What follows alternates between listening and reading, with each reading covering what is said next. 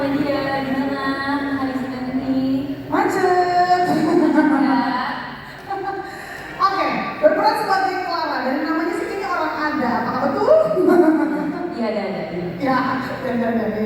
Gimana Clara nih? Nah ya, aku mau bilang terima kasih teman-teman yang sudah menyempatkan hadir di acara respon kami di Senin pagi ini. Semoga udah pada bangun, udah pada sarapan. Tapi aku mungkin mau sedikit membahas tentang filmnya. Buat aku sendiri yang aku waktu itu terima skripnya dan baca ceritanya seperti apa, menurut aku ini sesuatu yang memang hanya bisa aku lakukan di tahun ini. Karena tahun depan udah 30. Oh, berarti kan film jembatan kamu menuju 30 Iya. ya? Oh, film ini sebenarnya terinspirasi dari kamu ya? Sebelum 30. Tapi tadi yang dijelaskan sama teman-teman semua, film ini punya banyak sekali pelajaran yang bisa diambil dari dalamnya. Selain menginspirasi juga mengedukasi tentang investment itu seperti apa. Tapi di luar itu semua, rasanya kita sebagai pribadi yang umurnya masih sangat muda di bawah 30 ini, itu memang harus mencoba banyak hal, harus punya banyak pengalaman gitu dan jangan takut gagal gitu. Karena menurut aku kegagalan itu datangnya dari kita sendiri yang tidak mau mencoba lagi gitu. Karena aku rasa sekarang banyak banget anak-anak yang umurnya mungkin seumuran aku atau di bawah aku tapi under 30 itu ngerasa saat gue melakukan satu pekerjaan dan itu gagal, ya udah that's it.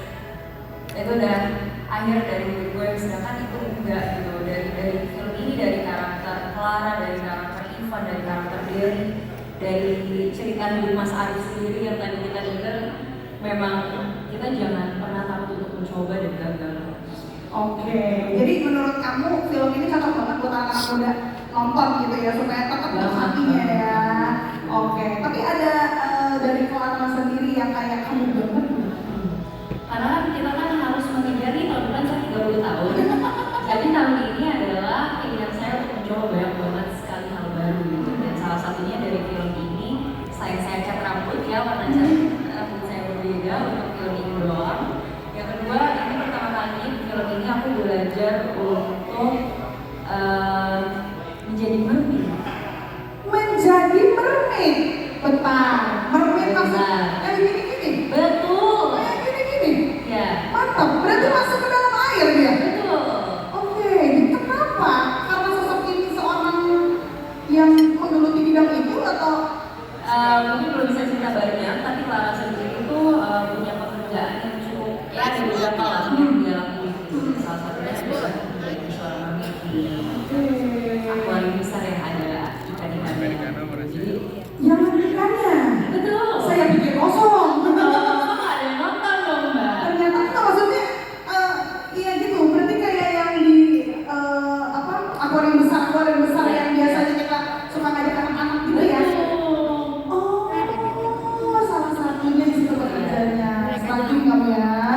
Dan selain itu mungkin aku jadi juga belajar banyak akan satu dunia yang aku juga kurang mengerti lah gitu tentang investasi dan lain-lainnya. Tapi yang aku lihat di sini ternyata investasi itu selain masalah uang, tapi juga investasi ke diri kita sendiri, masalah kesehatan, masalah mental kita juga, dan juga investasi ke orang-orang kita di sekitar kita yang kita cintai. Oke, wow, jadi banyak juga.